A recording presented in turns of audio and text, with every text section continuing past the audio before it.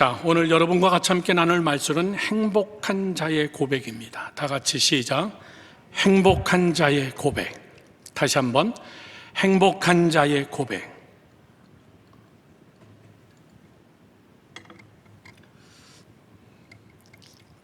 장 목사님 투병하는 동안 제가 여러분께 말씀드렸습니다. 행복, 성공 이 단어를 집중적으로 설교하려고 합니다.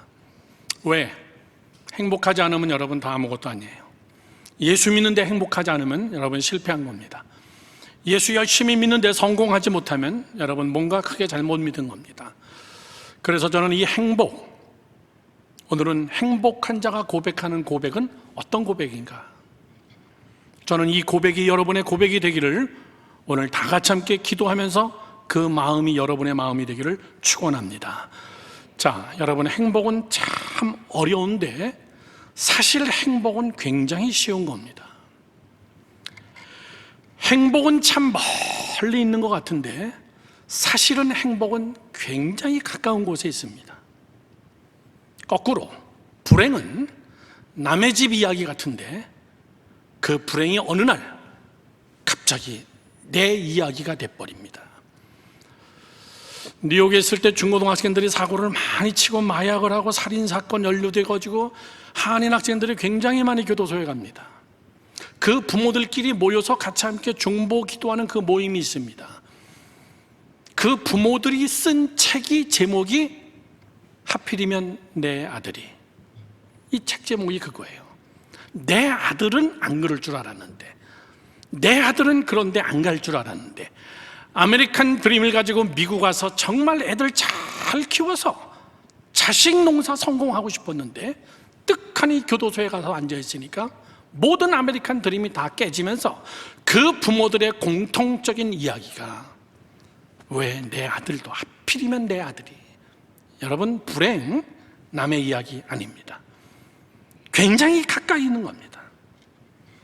행복이든 불행이든 어느 날 갑자기 내 안에서 일어나는 것이 아니라는 것을 여러분 먼저 꼭 알아야 됩니다.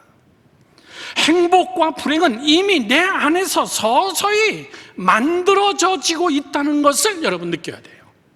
내 속에 지금 행복과 불행이 같이 함께 지금 자라고 있습니다. 제가 한번 설교 시간에 그런 얘기했고 우리 청년 설교 때도 제가 그런 얘기했습니다. 행복과 불행, 성공과 실패 이 사이에서 이 둘을 확 갈라놓는 핵심적 단어가 있다고 그랬습니다. 행복과 불행, 성공과 실패 이 사이의 가장 핵심적인 단어, 이 단어 하나가 이 두 개를 여러분 확 갈라놓는 그 단어가 뭐냐라고 얘기할 때는 습관입니다. 습관이라는 단어가 행복과 불행을 확 갈라서게 만듭니다. 습관이라는 단어가 성공과 실패를 확 갈라지게 만듭니다. 여러분, 돈 있으면은, 가운데 돈 있으면 행복과 불행이 여러분 확 갈라질 것 같습니까? 돈이 많아도 행복하지 못한 사람 많아요. 가장 핵심적 단어는 여러분 습관입니다.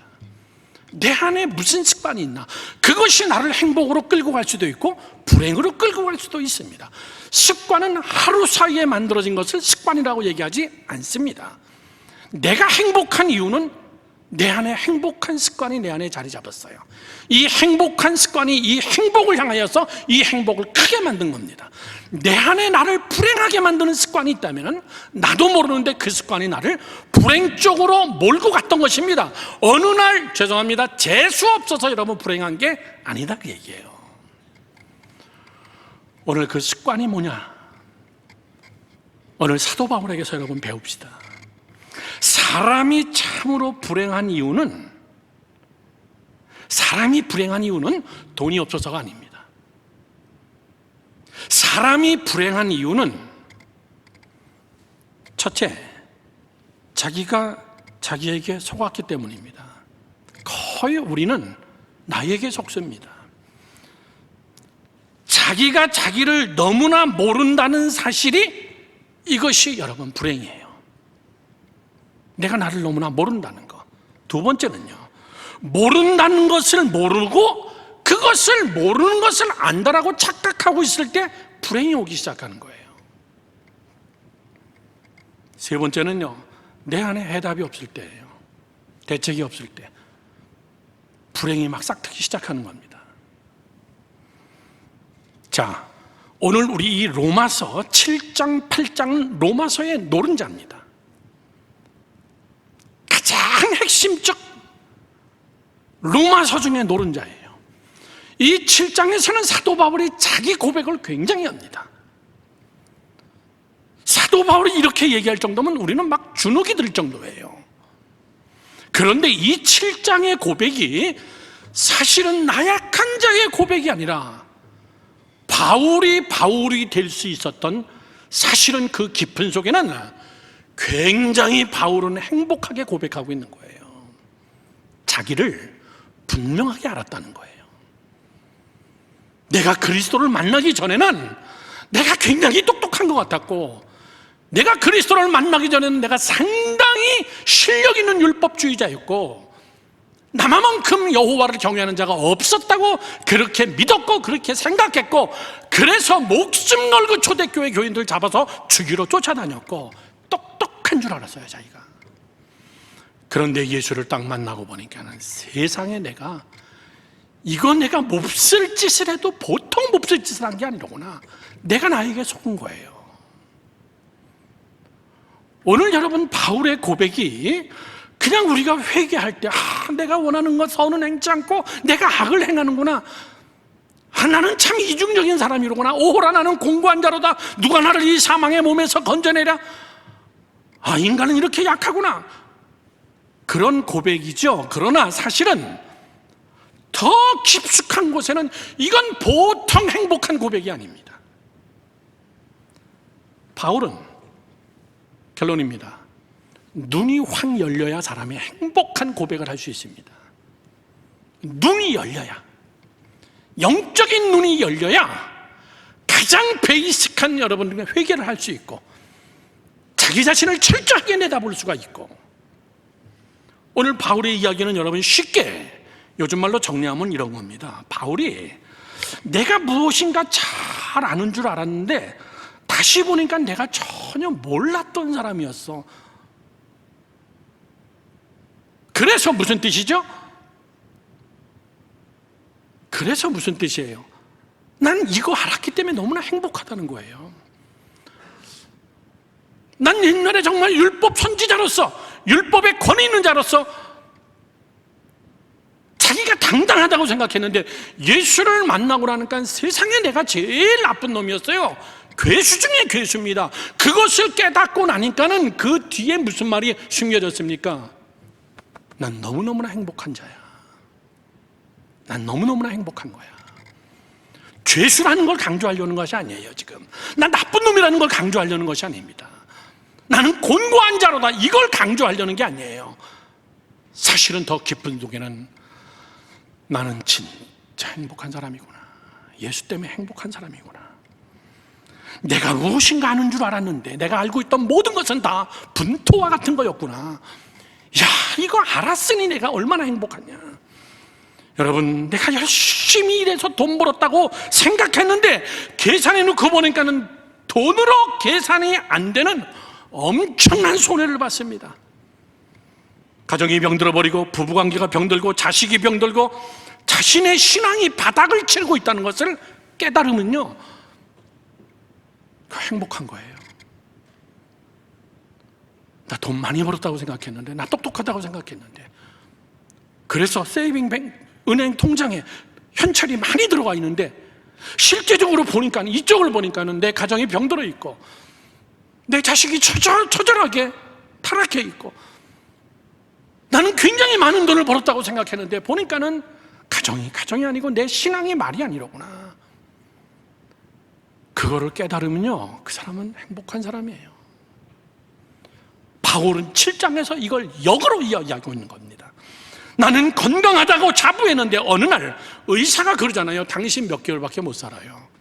그러면 끝나는 거예요. 행복하기도 전에 끝나는 겁니다. 자식이 나의 힘이 되기를 바라고, 정말 내가 낳은 자식만큼은 세상에서 제일 잘 키우고 싶어요. 근데 안 되잖아요. 이게 십자가예요. 막 골칫덩어리고 막 무자식이 상팔자라는 말이 막 나오는 사람들 있잖아요. 그거 안 된다는 거예요. 여러분, 한마디로 결론을 지은다면 내가 나에게 속았다는 거예요. 내가 나에게 속은 게 제일 불행입니다. 그런데 그 아주 조그만의 차이로 내가 속았다는 것을 알면은 그 순간서부터 그 사람은 행복하다는 말을 사도 바울은 하고 싶은 거예요. 여러분, 자신을 보는 눈입니다. 쉽게 얘기하자면요, 오늘 설교는 자신을 보는 눈이에요. 내가 나를 보는 눈이 올바르면은 행복한 고백이고, 내가 나를 보는 눈이 잘못되면은 나는 상당히 불안 속에서 묶여 있는 것이고. 여러분, 왜 우리는 잘못 볼까요? 왜 내가 나를 잘못 볼까요? 오늘 새벽에도 막 카톡이 와서 목사님 언제 오세요? 무슨 요일 날 오세요? 참 만나고 싶은 사람이 많고,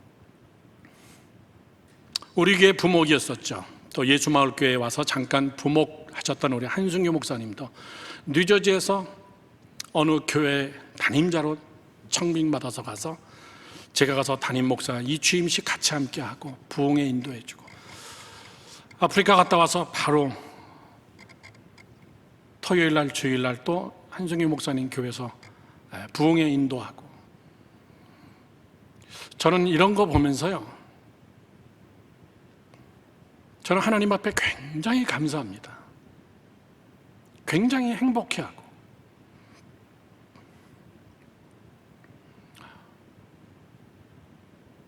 지금 청년들이 교회 추수감사주의를 맞이해 가지고 미리 데코레이션을 지금 합니다.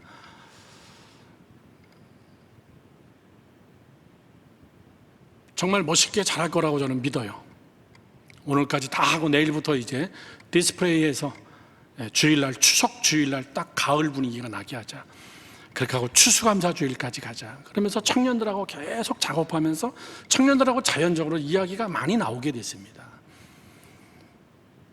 떡볶이 사다 먹으면서, 피자 먹으면서, 콜라 마시면서, 일하면서, 그러면서 이런저런 이야기가, 대화가 굉장히 많이 하게 됐어요.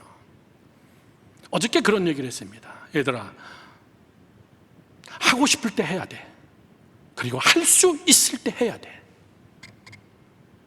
그러면서 그런 얘기 했어요. 목사님은 행복하다. 정말 저는 행복해요. 그래서 저는 이 행복에 대한 설교가 한국 와서 참 많이 합니다. 우리는 왜 불행할까라고 얘기할 때는 돈이 없는 것도 아니고 병들어서도 아니고, 굉장히 한국 사람들이 가지고 있는 이원론적 믿음 때문에 그렇습니다. 죄송해요. 한국 사람들은 암 걸리면요 인생 끝났다고 생각합니다. 미국 사람들은 암 걸리면요 그냥 같이 함께 가는 거예요. 암도 같이 함께. 한국은 암 걸리면 막 딜이 못 살게 굴고 막 잘라버리고 막 방사선으로 막 죽여버리고 이게 막 번져버리고. 미국 사람들은 안 걸렸다 그러면 그냥 그대로 받아들여요. 그렇게 하고 같이 함께 사는 겁니다. 오래 살아요. 이거를 우리가 어떻게 받아들여야 되나? 굉장히 이원론적입니다. 이런 거죠. 동일시하는 착각입니다. 오늘 좀 설교가 어려워서 죄송합니다. 동일시하는 착각입니다. 동일하게 생각하면 착각이다 그 얘기예요. 예를 들면 이런 겁니다. 돈과 나를 동일시해요.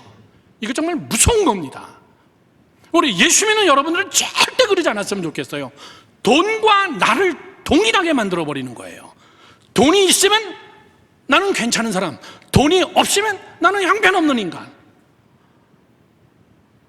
여러분, 베드로, 사도 바울 다 형편없는 인간이에요. 그러면 그런데 우리는 그렇게 생각해요. 돈과 나를 동일하게 착각해 버리는 겁니다. 돈이 많으면 저 사람 성공한 사람, 돈이 많으면 저 사람 행복한 사람, 돈이 없으면 나는 불행한 사람, 돈이 없으면 나는 패배자. 이 동일시가 굉장히 여러분 나를 불행하게 만들고 있습니다. 심지어는요, 돈과 믿음도 동일시시켜버려요. 부자면 하나님이 축복해 준 거, 가난하면 저 사람은 신앙생활 잘못한 거. 여러분, 성경에 어디 그렇게 써 있습니까? 그래서 우리는 가난하면 믿음생활 잘못하는 것 같고, 내가 뭔가 신앙생활을 잘못한 것 같아가지고, 그렇지 않아요. 스스로가 잘못 믿고 내가 뭔가 불행하다고 생각합니다. 그렇게 동일시시키지 마라, 그 얘기입니다. 바울은 오늘 그렇게 안 했습니다. 바울은 굉장히 행복한 자예요. 초대교회 교인들이 자기를 위해서, 자기가 감옥에 들어가 있을 때 엄청나게 자기를 위해서 기도해 주는데, 바울은 거기다가 편지 쓰면서 그렇게 기도해요. 나 꼭 여기서 석방 안 돼도 괜찮아. 이거 기도하는 사람들 얼마나 맥 빠지겠어요. 나 꼭 석방 안 돼도 괜찮아. 여기 있어도 괜찮고 나가도 괜찮고, 여기 있으면 여기 있는 대로 여기서 죄수들에게 복음 증거하고, 나가면 나가는 대로 복음 증거하고, 여기서 죽으면 죽는 대로 난 하나님 앞에 가는 거고, 하나님이 내 생명을 살려주면 나는 살려주는 대로 남은 생에 더 복음 열심히 증거하고, 이래도 저래도 I'm okay, 괜찮다는 거예요. 나는 계속 행복하다는 겁니다. 이것이 사도 바울의 행복한 고백입니다.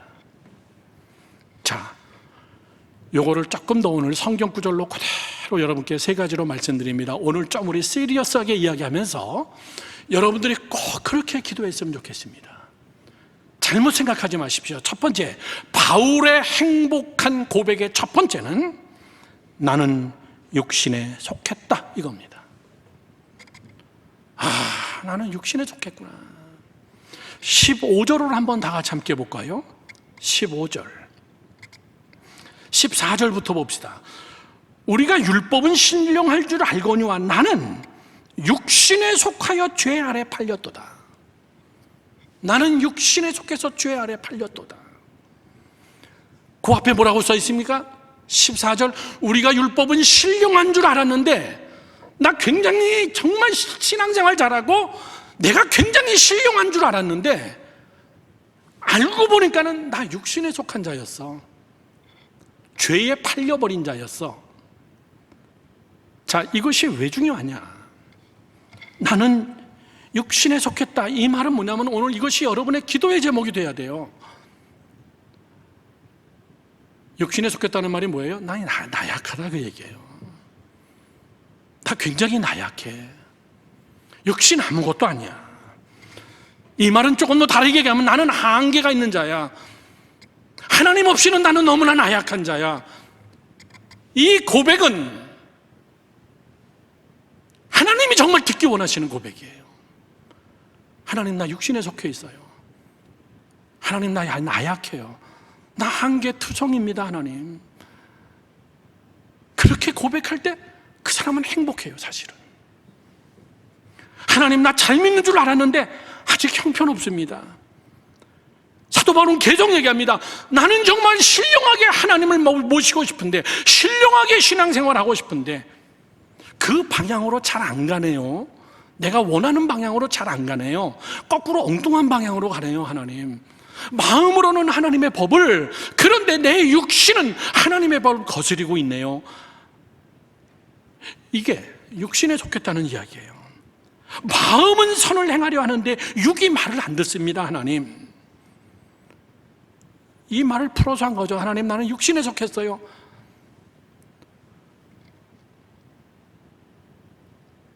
여러분, 나는 육신에 속해서 약하다고 말하면 자존심 상하고 되게 패배자라고 생각합니다. 그래서 약한 척 안 하는 거예요. 신령한 척 하는 겁니다. 나는 육신에 속해서 난 약합니다. 나는 한계가 있습니다. 이렇게 얘기하면 저 인간 죄 많이 졌나 보다. 저렇게 자신이 없어가지고 어떡하지? 그런데 바울은 로마서를 쓸 때 상당한 믿음의 연륜인데도 바울은 그렇게 얘기하지 않았어요.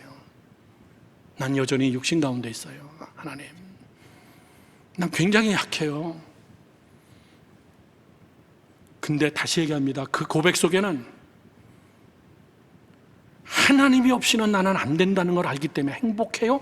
이 말이 거기에 숨겨진 거예요. 아멘 하시기 바랍니다. 하나님만이 해답입니다. 나 그 하나님을 만나고 나서 하나님 나 너무나 행복해요. 그 말이에요. 그래서 바울은 가끔 성경 중간중간에 뭘 얘기하면 나는 나의 약함을 자랑하노라.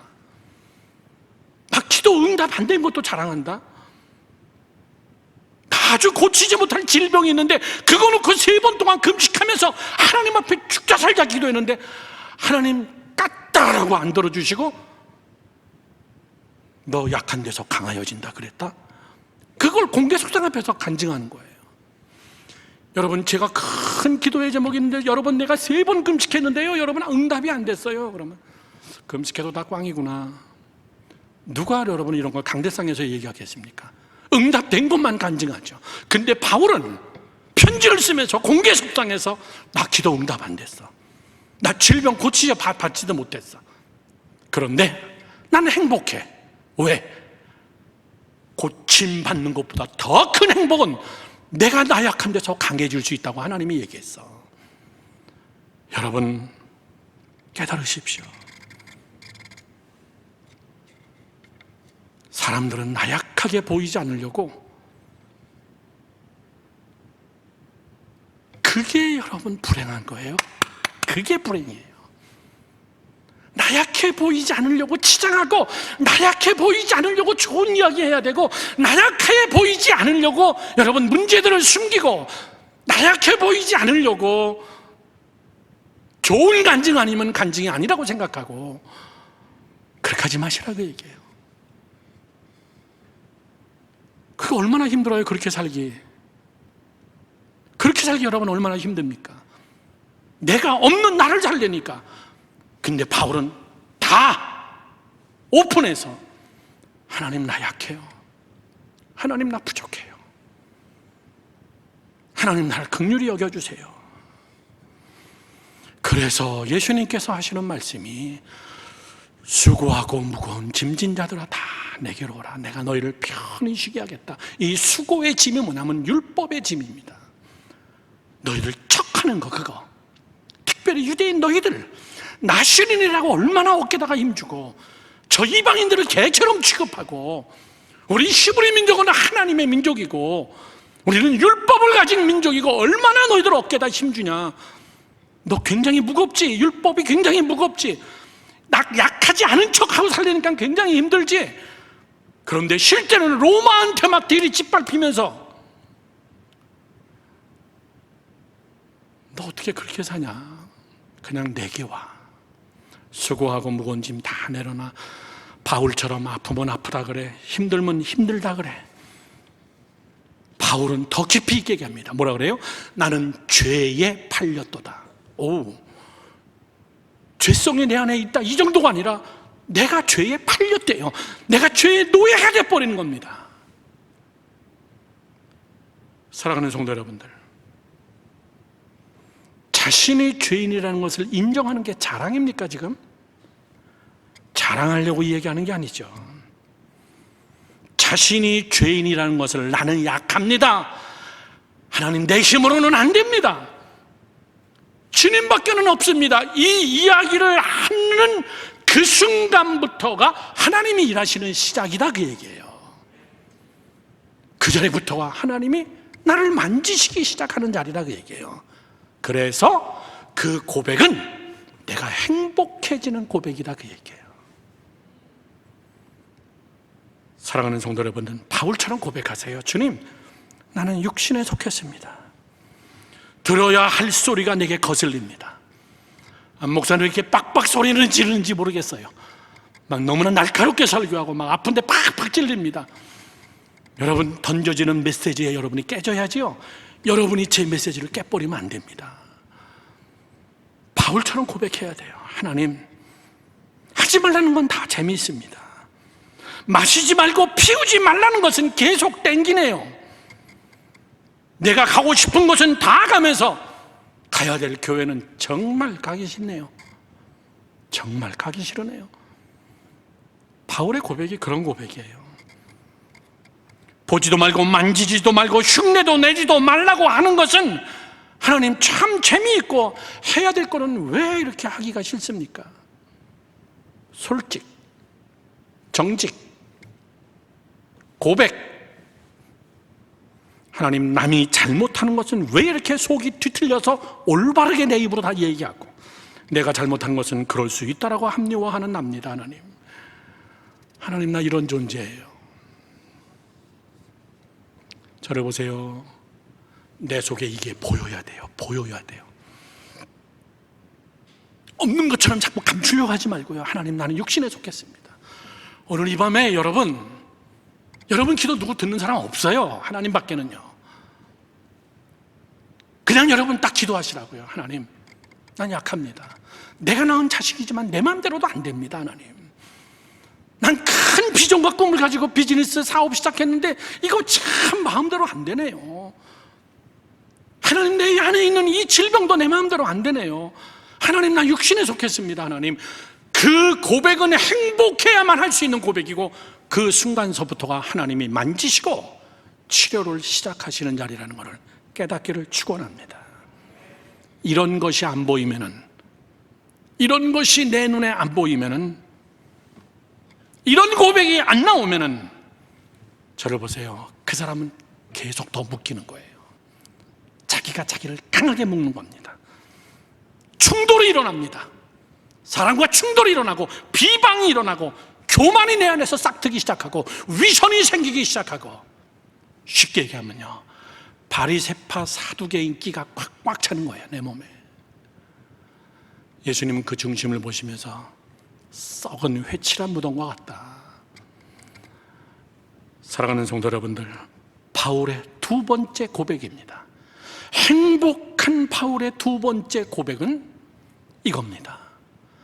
사로잡아 오는 것이 보이는도다. 사로잡아 오는 것을 내가 보는도다. 21절, 23절 말씀을 한번 다 같이 보겠습니다. 그러므로 내가 한 법을 깨달았노니 곧 선을 행하기 원하는 나에게 악이 함께 있는 것이로다. 내 속사람은 하나님의 법을 즐거워하며 내 지체 속에서 한 다른 법이 내 마음의 법과 싸워 내 지체 속에 있는 죄의 법으로 나를 사로잡는 것을 보는도다. 사로잡는 것을 보는도다. 저를 보세요. 바울은 두 번째 이렇게 고백합니다. 하나님, 내가 사로잡혀가고 있습니다. 이건 뭐죠? 잡혔다는 것은 이제 내 의지로 나 포로가 됐다는 얘기예요. 중독되면요, 자기 마음대로 안 됩니다. 하지 말아야 되는 거 알면서도 그냥 합니다. 요즘 한국 마약 무섭습니다. 마약 수입하는 게 장난이 아닙니다. 마약 단속반에서 나온 결과가 여러분 60%가 다 처음 대하는 사람들이에요. 무섭게 지금 여러분 마약이 확산되고 있습니다. 대한민국 땅에. 내 자녀가 담배를 핀다 그러면요, 마약도 손댔다고 생각하면 거의 맞습니다. 미국에서는 담배 핀다 그러면은 그냥 마약한다라고 그냥 보통 생각합니다.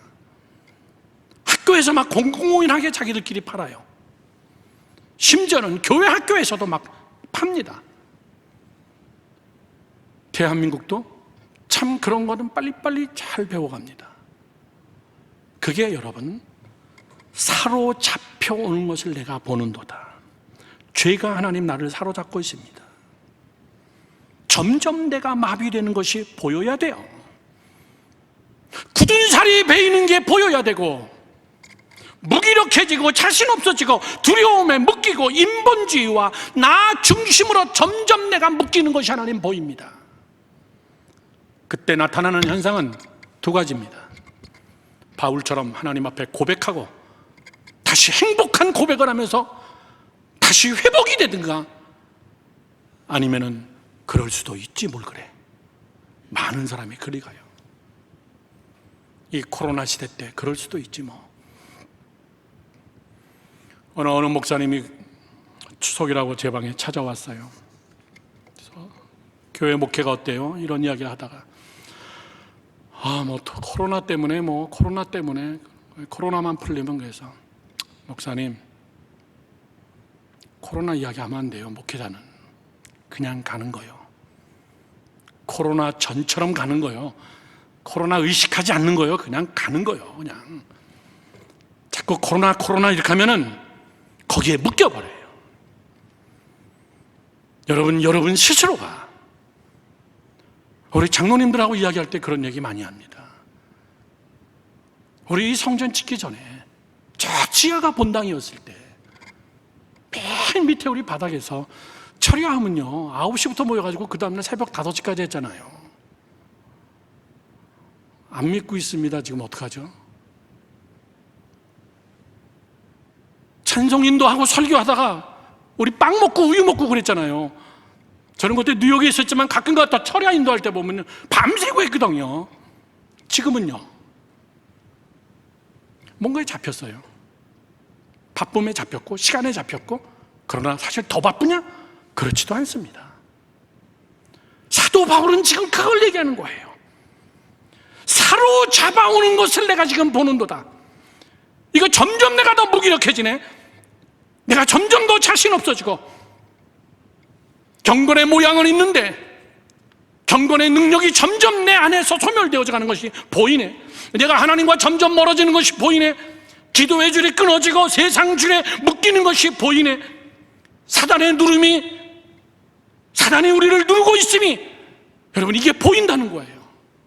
얘네들이 더 세게 나게 다가오고 있네. 들어보시죠 여러분. 보여야 됩니다. 이놈들이 더 가까이 오는구나. 이놈들이 더 구체적으로 나를 누르는구나. 나만이 아니라 내 자녀들도 누르는구나. 우리 가정도 누르는구나. 우리 교회도 누르는구나. 부모들이 왜 깨어 있어야 되는 줄 아십니까? 여러분이 눌림당하면요 자식들은 그냥 한꺼번에 다 눌림당하는 거예요. 부모가 살아야 됩니다. 부모가 하나님 앞에 몸부림치면서 나를 누르려고 오는구나. 이 몸부림이 불안이 아니에요. 초조가 아닙니다. 싸우겠다는 각오에 이거를 봤기 때문에 나는 이제 이기겠다는 건, 나는 싸우겠다는 겁니다. 내가 싸우겠다고 마음먹으면 성령도 싸우겠다는 거예요. 그런데 문제는 자꾸 안 싸우려고 하는 게 때문에 우리 더 불행해져요. 더 불행해져요. 뭐 바쁜데 그럴 수도 있지 뭐 옛날 같아. 지금 여러분 지금 훨씬 예수 믿기 좋아요. 아닌가 보죠? 너무너무 좋아요. 예수 믿기.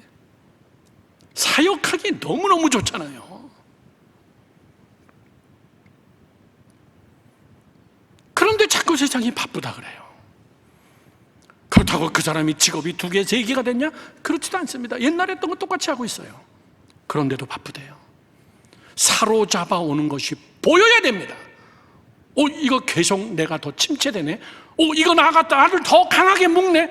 나만 묶는 게 아니라 우리 부부를 묶네. 우리 가정을 묶네. 우리 자녀들까지 묶네. 이게 눈에 보일 때 바울은 얘기하는 겁니다. 이게 안 보이면요 기도가 안 돼요. 이게 안 보이면은 불행의 숲으로 계속 들어가는 겁니다. 여러분 저를 보세요. 하나님 앞에 오늘 밤에 이렇게 기도하셔야 됩니다. 주여 내 눈을 열어서 보게 하소서. 시작. 내 눈을 열어서 보게 하소서. 내 눈을 열어서 하나님 보게 해주세요. 봐야 될 것들을 정확하게 보게 해주세요. 하나님 상황을 정확하게 분별하게 해주세요. 하나님 판단력을 정확하게 해주세요. 요한계시록 3장 15절에서 18절은 이렇게 얘기합니다. 내가 내 행위를 아노니 내가 차지도 아니하고 더 뜨겁지도 아니하도다. 내가 차든지 뜨겁든지 하기를 원하노라. 내가 이같이 미지근하여 뜨겁지도 아니하고 차지도 아니하니 내 입에서 너를 토하여 버리리라. 내가 말하기를 나는 부자라. 미지근해도 괜찮아. 나는 부유하다. 부족한 것이 없어. 이 정도면 됐지 뭘 그렇게 미친 듯이 기도하려고 그래. 그런데 성령님은 얘기합니다. 내가 곤고한 것과 가련한 것과 가난한 것과 눈먼 것과 벌거벗은 것을 또 못 보는구나. 너 지금 불행 속에 있어. 그거 못 보는구나. 성령님은 너 공고해. 너 참 성령님이 볼 때는 너 가련해. 너 눈먼 거야. 너 지금 벌거벗었어. 너 수치를 알아야 돼. 근데 내가 봐야 될 걸 못 보고 있어. 그러면서 18절에 얘기합니다. 내가 너를 권하노니 내게서 불로 연단한 금을 사서 부요하게 하고 흰옷을 사서 입어 벌거벗은 수치를 보이지 않게 하고, 마지막 시작, 안약을 사서 눈에 발라 보게 하라 얘기해요. 봐라 얘기해요. 안 보이는 게 제일 큰 문제입니다. 아니, 안 보이는 게 아니라 사실은 안 보려고 해요. 보이는 거 자꾸 이야기해 주면요, 싫어합니다. 뭐 다 그런 거지, 뭐 그걸 꼬치꼬치 자꾸 이야기를 해. 그렇게 하면 안 돼. 신앙생활 그렇게 하면 안 돼. 그러면 우리가 무슨 뭐 목사예요? 못 보는 게 아니라 안 보려고 그러는 거예요. 성경은 오늘 우리에게 이야기합니다.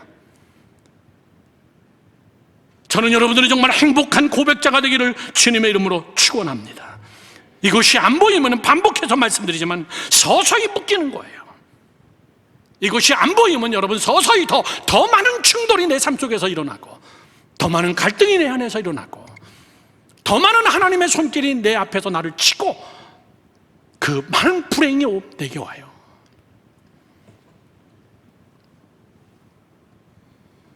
이것을 보면서 하나님 앞에 질문해야 됩니다.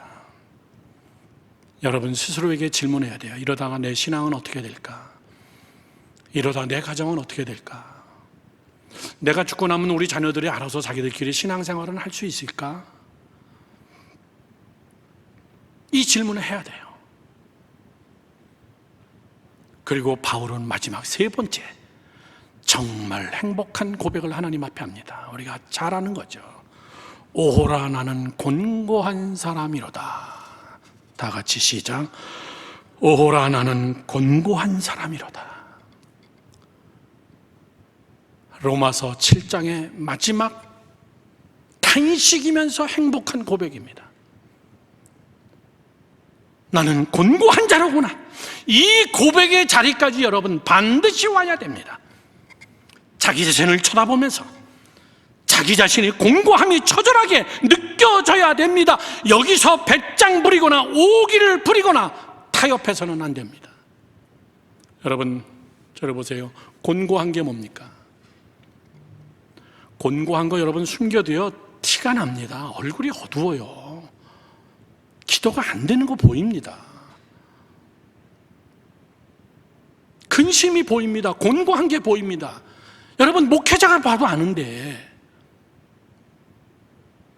저도 청년들 앉아놓고 그렇게 설교하다 보고, 그리고선 목자 불러다가 걔는 요즘 무슨 일 있냐? 그러면 뭐 예지 없습니다. 걔 요즘 왜 안 나오지? 예지 없습니다. 여러분 곤고한 거예요. 사람이 볼 때도 공고한 게 보이는데 하나님이 볼 때는 왜 공고한 게 안 보이겠냐 그 얘기예요. 그래서 성령님께서 하시는 말씀이 너는 참 가련하도다.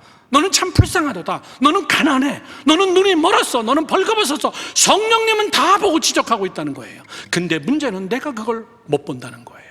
바울처럼 하나님 앞에 하나님 다 맞습니다. 맞습니다. 나는 육신에 속했습니다. 나는 연약합니다. 하나님 나 정말 곤고합니다. 곤고 이게 무슨 말이죠? 곤고하다는 말은 사전에 보니까 고통스럽고 힘들다 이런 뜻이에요.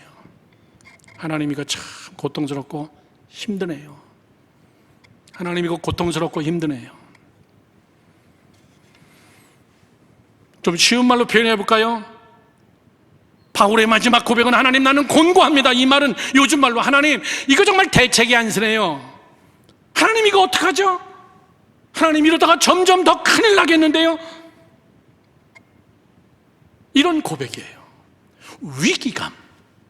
몇 주 전에 우리 교회 시리즈로 설교했던 제목이 생각납니까? 절박함. 기억하지 못하는 게 지극히 정상이라고 저도 생각합니다. 절박함이라는 주제가 있었어요. 사람은 절박할 때 창의성이 나옵니다. 사람은 절박할 때에 도약하고 점프하는 힘이 나옵니다. 난 절박한 일 없어. 대개 여러분 타락과 죄로 갑니다. 다윗이 죄를 질 때에 절박할 때 죄를 짓던가요? 그럴 시간이 없어요. 왕이 되고 태평하니까 그때 죄 짓는 거예요. 우리는 절박감이 없을 때는 그러면 어떻게 해야 되냐? 내 스스로가 절박한 걸 만들어내야 돼요. 내 스스로가 더 절박하게, 더 나를 훈련시키고 더 나를 하나님 앞으로 끌고 나가고. 곤고가 그런 겁니다. 물질적, 육적 자존심, 명예 때문에 자기 성질에 못 이겨서 곤고한 자는 많이 봅니다. 그런데 자기 자신이 점점 영적으로 무기력해지고 믿음에서 점점 멀어지며 육신에 속해 사로잡히는 것을 자기 스스로 보면서 몸부림치는 이런 절박함, 이런 공고함, 하나님이 그걸 듣기를 원하시는 거예요. 결론을 맺습니다. 들어보세요. 이 세 가지의 고백이 행복과 불행을 확 갈라서게 하는 거예요. 하나님, 나는 육신에 속했습니다. 하나님, 나는 죄인입니다. 하나님, 나는 부족합니다. 하나님, 나는 아직도 멀었습니다. 하나님, 이게 점점 더 깊이 있게 빠져가고 있습니다. 나를 사로잡힘 가운데 있습니다. 하나님, 나는 곤고합니다. 그래서 8장으로 넘어가니까는 8장에서 뭐라 그러던가요? 7장의 그러한 고백과 아울러 8장은 1절과 2절에 이렇게 써 있습니다. 그러므로 이런 모든 환경 속에서 이제 그리스도 예수 안에 있는 자에게는 결코 정죄함이 없나니, 다 같이 시작. 이는 그리스도 예수 안에 있는 생명의 성령의 법이 죄와 사망의 법에서 너를 해방하였다. 세 가지 중요한 단어가 뭐죠? 2절에 예수, 생명, 성령, 이거예요. 다 같이 시작. 예수, 생명, 성령, 이 세 가지예요.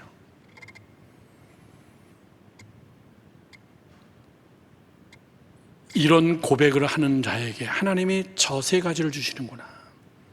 예수 그리스도, 그분이 나의 은혜가 되죠. 지난 주일날 설교했던 거죠, 여러분.